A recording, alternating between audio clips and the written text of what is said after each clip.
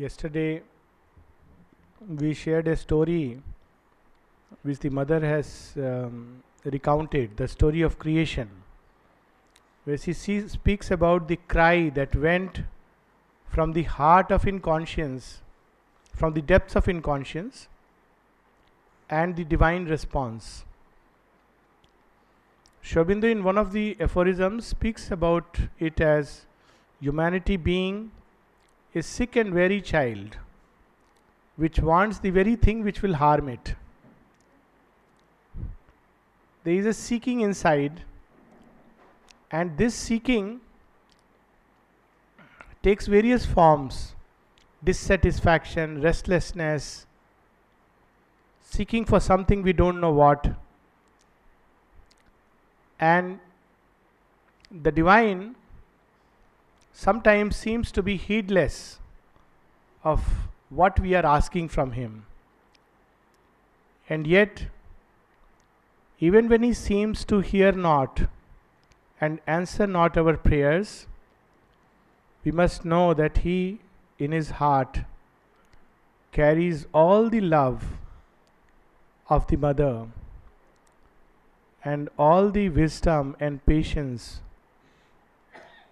of the father. So we have a very beautiful image where Aurobindo brings two truths together. One which seems on the surface and the other which is behind. And all the time we see this parallel.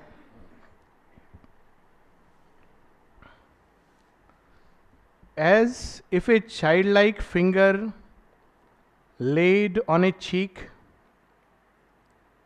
reminded of the endless need in things, the heedless mother of the universe, like a little child clutching at mama's sari or a hand or her cheek and says, listen to me, listen to me, listen to me. I want this, I want that, I need this, I need that. This whole universe is like a child holding its great mama and asking for this, that, endless need in things. But what appears on the surface? An infant longing clutched the somber vast. On the surface, it seems like a longing, a desire which has clutched us, in whose grip we are caught. We try to free ourselves from it, but we cannot free ourselves. But what is the picture behind? The picture is of a little baby who is all the time is reminded of this need inside and is asking its mother, I want this, I want that. Aurobindo has spoken about this image, and he says that that is the truth behind. The truth in front is an infant longing clutched the somber vast. This is the experience outside. And if we look only on the surface, we are apt to conclude that this world is created by desire, because that is the impression it gives on the surface. That it is out of desire that this soul, cut away the knot of desire and everything dissolves. But there is a great game which is going on behind. And Aurobindo rips through the mask and liberates the truth that is inside. And that truth is of the labor of the great mother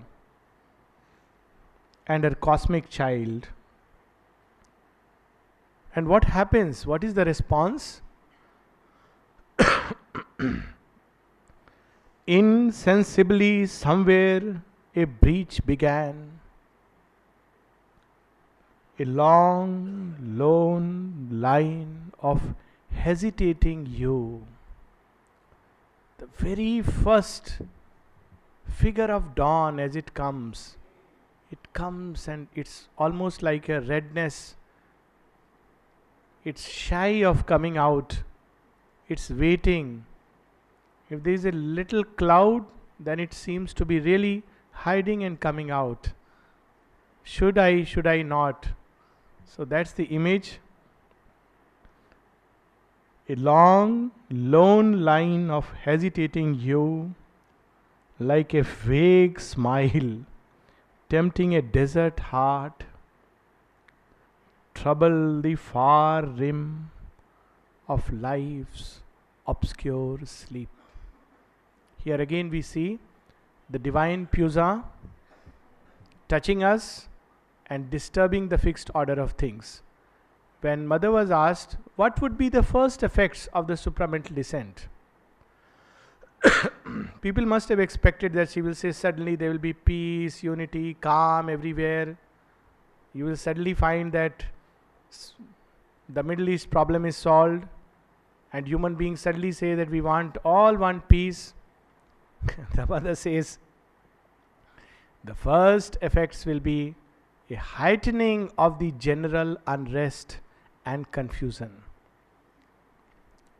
Why? Because of this mechanical fixity of life by which the inconscient binds us.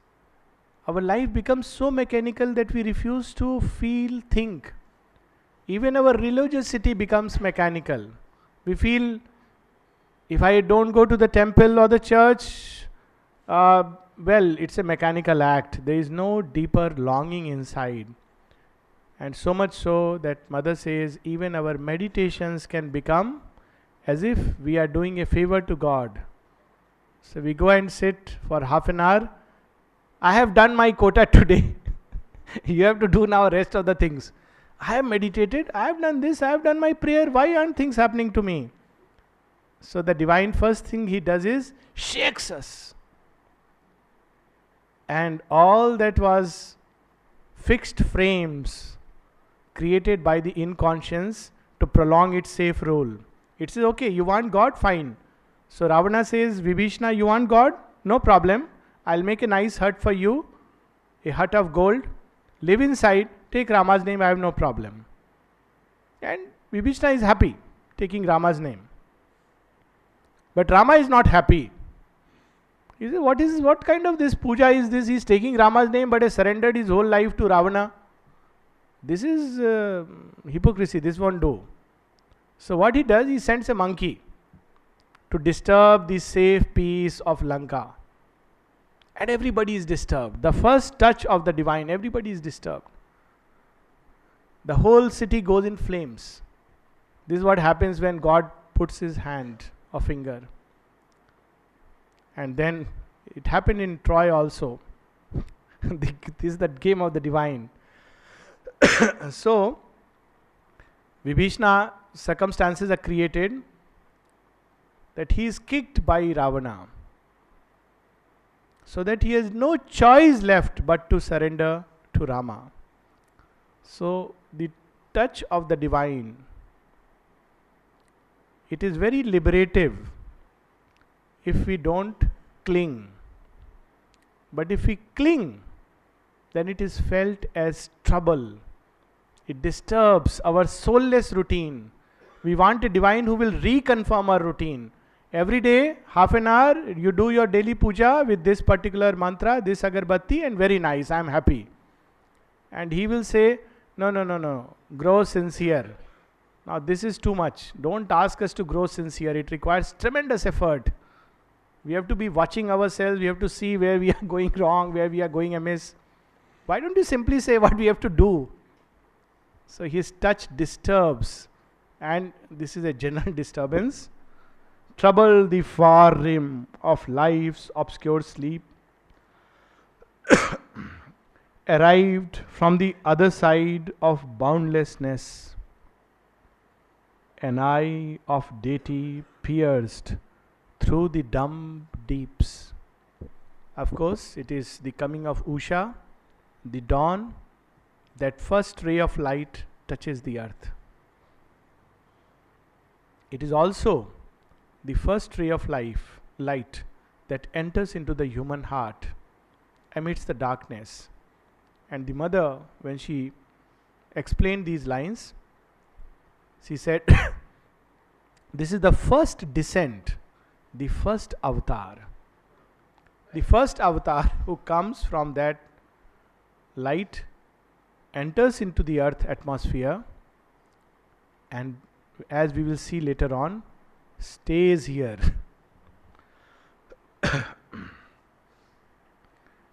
A scout in a reconnaissance from the sun,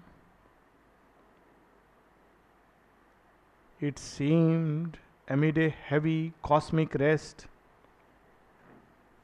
the torpor of a sick and weary world, to seek for a spirit, soul, and desolate,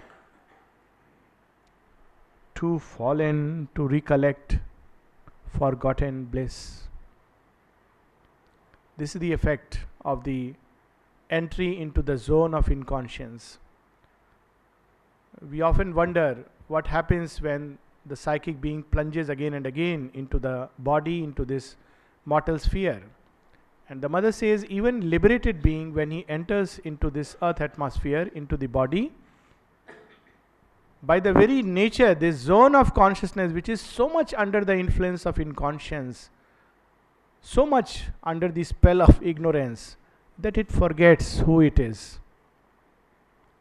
That is the first effect. And it is to recover it back.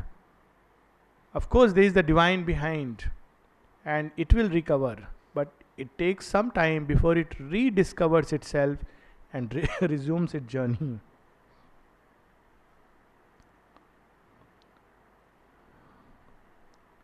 Intervening in a mindless universe,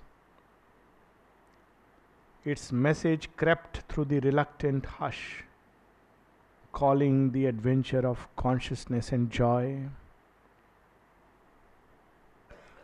and conquering nature's disillusioned breast, compelled renewed consent to see and feel. Here again we see the image that this journey is being taken again and again. Disillusioned breast. It is as if an attempt was made which was not fruitful, and there was a disillusionment of the hope, and everything collapsed. But once again, the divine presence comes and renews consent to see and feel. There was recently a lot of this talk about Egypt and the mother's previous incarnations in Egypt. And there was this discovery of the Sun Temple, whose charter more or less is very similar to what is happening in Aurobindo, where Sun is the center and a humanity should be created around it with a sense of unity. And I believe this question was asked to the mother, that it was known that at that point of time humanity is not ready. So why was this attempted? And mother says, to preserve the idea in the mental world, so that one day it will revive again. So this is not the first time that we are together laboring for this great work. We have been together. Our journey with the divine is right from the atom. It's going on. At some stage we must have been little monkeys, little sheep, and all kinds of little squirrels. And today we resume the effort. Compelled renewed consent to see and feel, a thought was sown in the unsounded void. A sense was born within the darkness depths.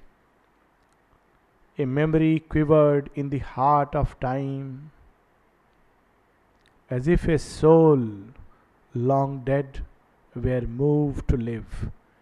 In fact, as we were saying, that book 1, canto 1 is like a rapid summary of the entire thing which is going to take place, entire drama.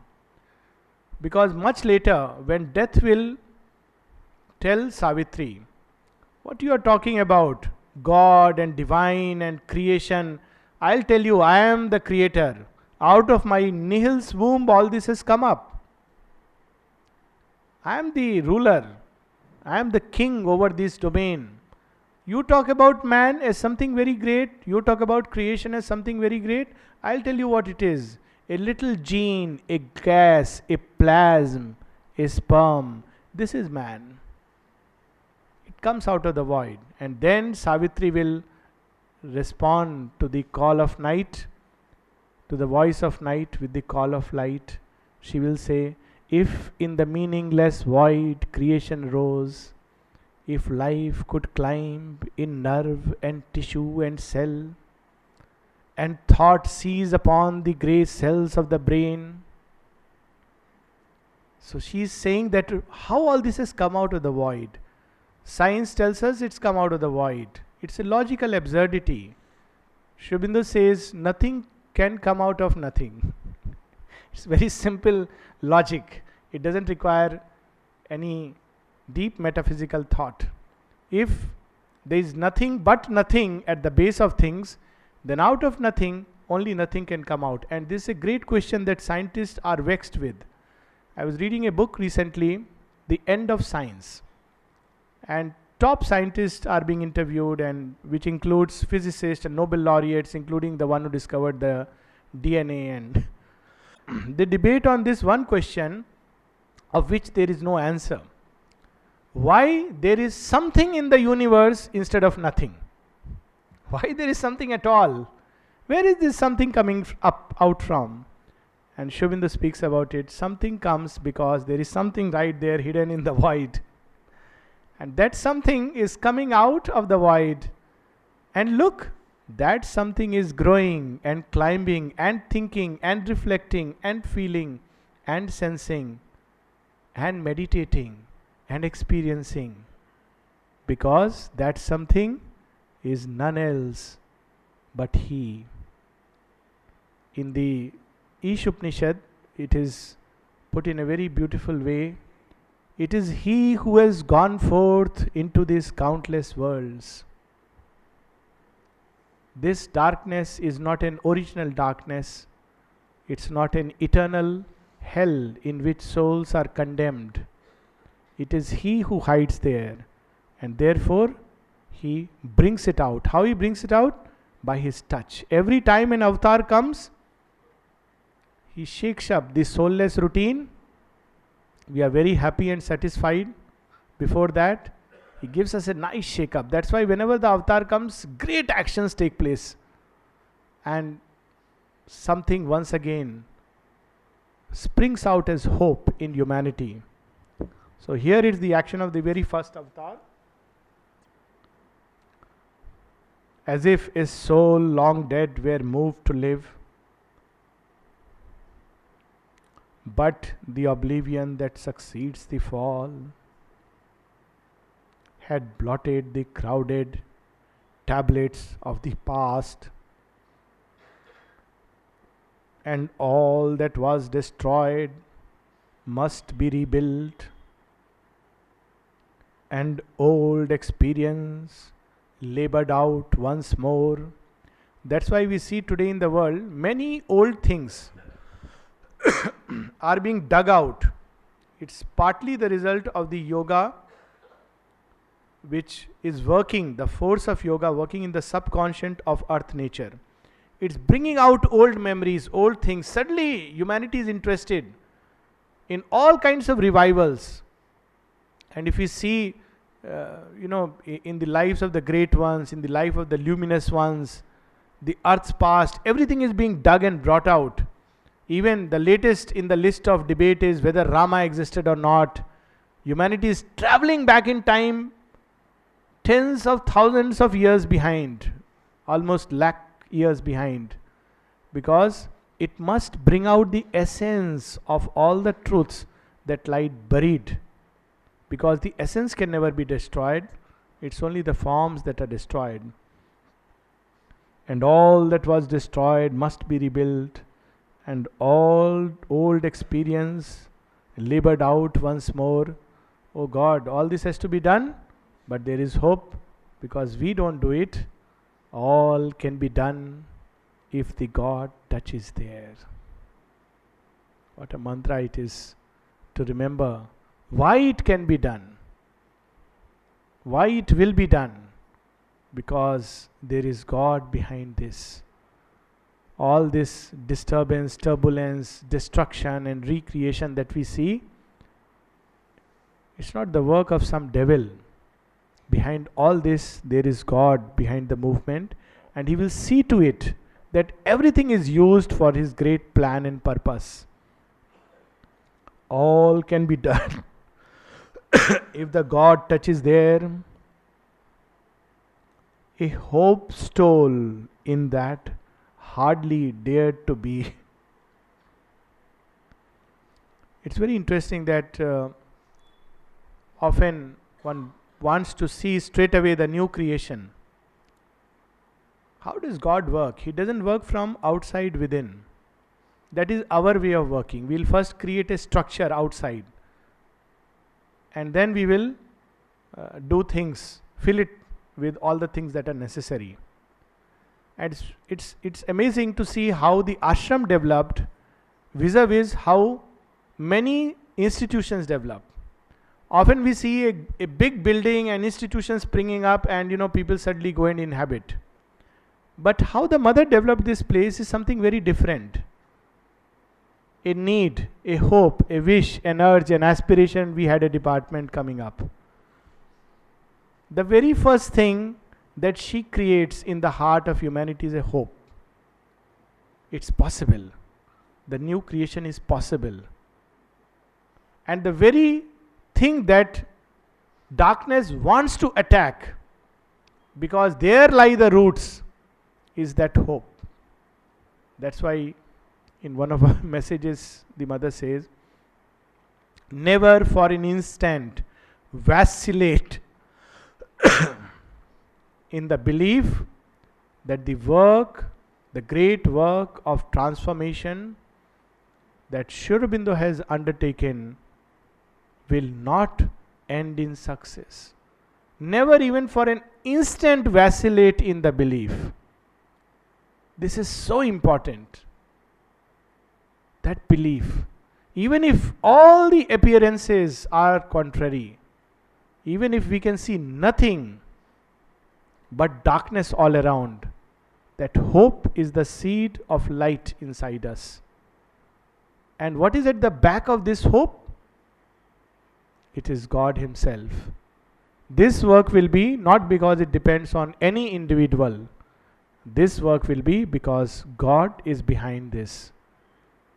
We have this great story of Sagar Manthan, in which God becomes the great tortoise. He is at the base, and ocean is being churned for the nectar of immortality to come out. And lot of things come in the process. But just before the nectar comes, there is that Mahavish, Kalkut, the poison of the worlds, the bitterness. What is this poison? All the bitterness, the hatred, the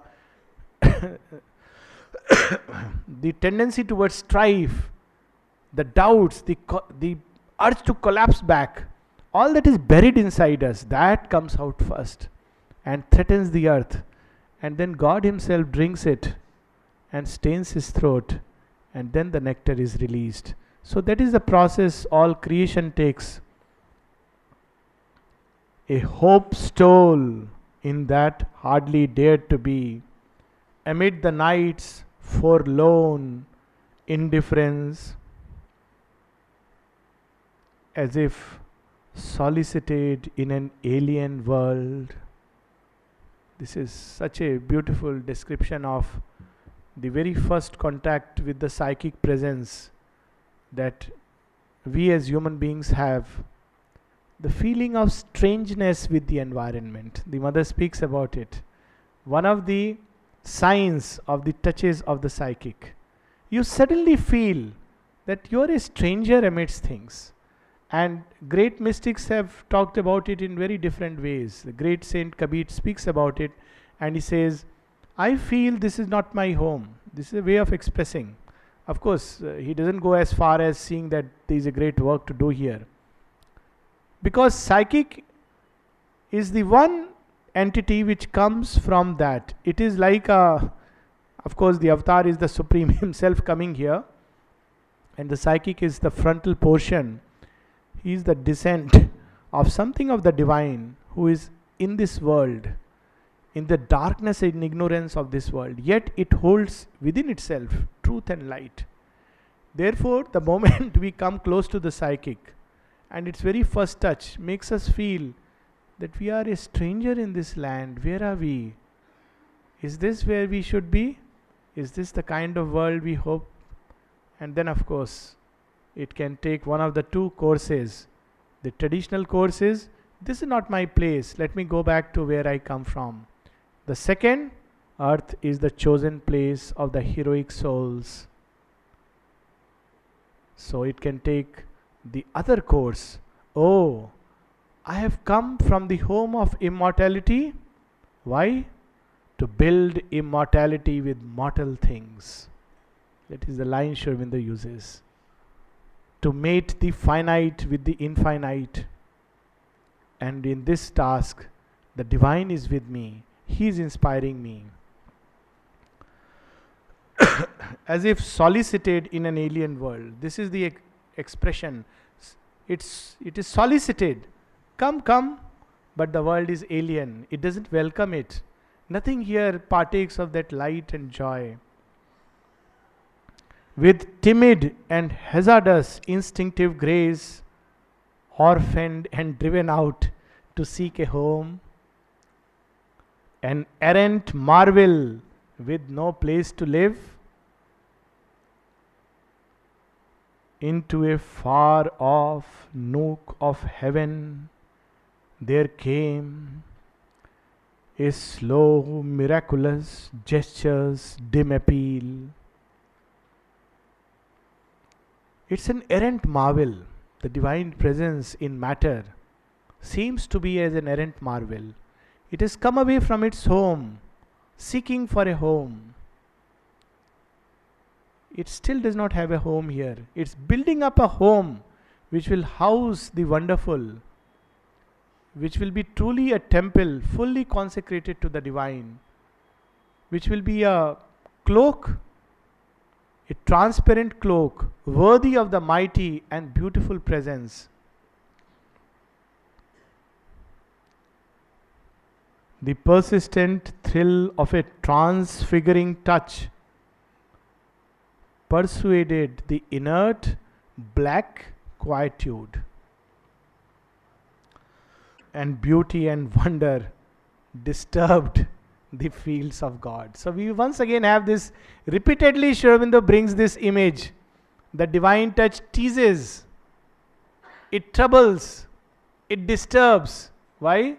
Lest we don't confuse the peace of the dead for the peace of the eternal. The peace of Shava for the peace of Shiva. So it disturbs us. Otherwise, it's very easy to say, what, you are going to ashram to find peace? Oh, I am very happy, I am very peaceful in this. And sometimes you just wonder, yes, very much peace. The first sign is that what you thought as peaceful, happy life, that must go. That stands between this peace of the inert black quietude of a soulless mechanical routine and that peace which supports the great world action, and sitting on the battlefield of Kurukshetra, not even lifting a finger, it can say, all this world has been my play. That is the peace of the eternal, which is undisturbed amidst everything. We want peace in a solitary cave. Peace of the inert black quietude. And the divine would not allow it. That peace is for lesser souls. Here, we have to build a greater peace. The dynamic peace of the eternal. In Savitri, there is a beautiful line. Force one with unimaginable rest. Constantly there is that outpouring, and yet there is unimaginable rest. And beauty and wonder disturb the fields of God. Elsewhere, Aurobindo will describe how this disturbs. And even in the God's labor, he speaks about it. what is the response of earth? It says, come, we shall slay him. He is coming to disturb us. God is coming to disturb us. Come, we shall slay him. Then our hearts will be at peace. He is no more there to tell us that resume this great ascent. He is no more there to tell us conquer desire so that delight can be. He is no more there to tell us get out of the prison of the ego so that vastness can inhabit you. We want this smallness, and let God come into this smallness. But this is a God who is not happy to be only in the puja room. He is already invading us out of the puja room.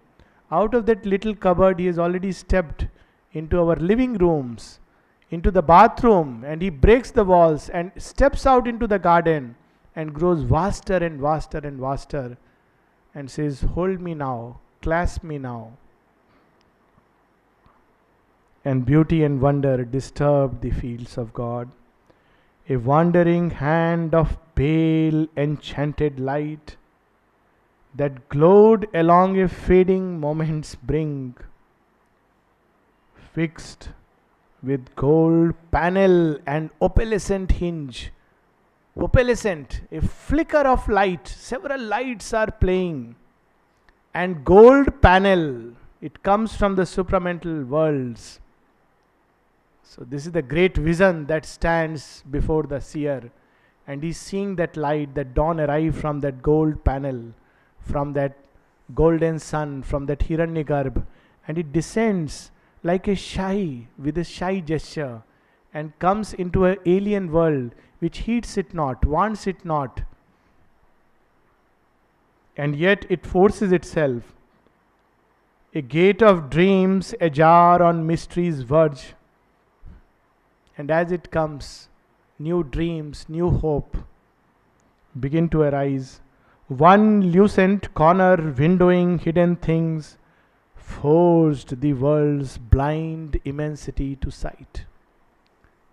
At one of the places this image is repeated. I said, this is a canto which summarizes everything. How will this new world be? Aurobindo describes it, thus shall the mass transcendent mount his throne, when darkness deepens, strangling the earth's breast, and man's corporeal mind is the only guide. As a thief's in the night shall be the covert tread of one who steps unseen into his own house. A charm and sweetness open life's closed doors. A power into mind's inner chamber steal. And then he says something very interesting. And beauty conquer the resisting world. There is a suddenness. Another place he says, the suddenness with which divine events have, and force the world's blind immensity to sight. That is the final act. The darkness failed and slipped like a falling cloak from the reclining body of a god. Who was sleeping inside this cloak of darkness? Who was wearing the hooded mask of death? Life eternal. Who was hiding behind this mask of suffering? Delight, waiting for us to be ready through this suffering so that we can hold that ecstasy without breaking down. Who was hiding behind this ugly cloak of hatred and strife, but the one love and the oneness of the Great Mother? So that is the image, that what is darkness? In who Aurobindo speaks about when darkness was dense and covered within darkness, he was seated within it, immense and alone. Here again we see a repetition of that truth. And darkness fell like a falling cloak from the reclining body of a god.